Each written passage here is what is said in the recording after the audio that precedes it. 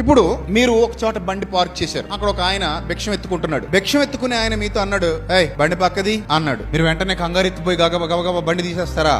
ఎందుకు తీరంటే ఆ వ్యక్తి మీకు చెప్పితే మీరు భయపడి తీసేసే పొజిషన్ లో లేడు. ఇప్పుడు అదే పొజిషన్ లో ట్రాఫిక్ కానిస్టేబుల్ వచ్చాడు. ఇందాక భిక్షగాడు చెప్పింది ఇప్పుడు ట్రాఫిక్ కానిస్టేబుల్ చెప్తున్నాడు. ఏమని? Same words.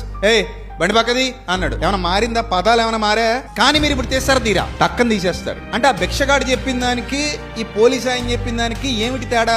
అధికారం తేడా. ఆ డ్రెస్ వల్ల, అధికారం వల్ల మాటకేం వచ్చింది? పవర్ వచ్చింది. మాటకి పవర్ ఎట్ట వస్తుందంటే, ఇప్పుడు ఈ భిక్షగాడు నువ్వు తీయకపోయినా నీ ఏమి చేయలేడు. అందరూ తలో రూపాయి, తలో 10 రూపాయలు వేసి తిని బతకాలి కాబట్టి ఆయనకి అంత పవర్ ఉండదని ఆయనకి తెలుసు. కాకపోతే ఎందుకో చెప్పాలనిపించింది, నీకు చెప్పాడు. కానీ ఈయన దగ్గర పవర్ ఉంది. నువ్వు తీను అన్నావు అనుకో, ఫస్ట్ నీ బైక్ తీసుకెళ్లిపోయే అధికారం ఉంటుంది, కేసు రాయొచ్చు. సో ఇన్ని ఉంటాయి కాబట్టి నీకు కొంచెం భయం పుట్టింది. నెక్స్ట్ ఇంకొంచెం పైకి వెళ్దాం. మార్గం గుండా మంత్రి గారి కాన్వా వెళ్తుంది. ముందు జీప్ లో డిఎస్పీ గారు వెళ్తున్నారు. జీప్ లో కూర్చున్నాడు, పక్కకు తిరిగి చూశాడు, నువ్వు కనబడ్డావు, బైక్ వేసావు, అక్కడ పెట్టావు బైక్. ఇలా అన్నాడు, ఇలా అని అన్నాడు. ఏం చేస్తావు? వినపడలా? మళ్ళీ చెప్పు అంటావా? ఆయన ఎలా అలా అండం నెక్స్ట్ బండి అక్కడ ఉండదు. ఎందుకంటే కాన్వాయ్ ఎవరిది? మంత్రి గారిది. ముందు ఎవరు వెళ్తున్నారు?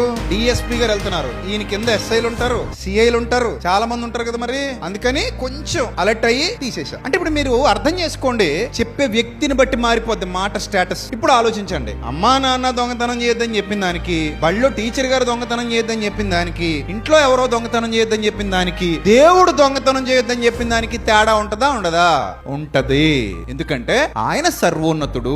ఆయన మాటల్లో జీవం ఉంది, ఆయన మాటల్లో పవర్ ఉంది, ఆయన మాటకి శక్తి ఉంది.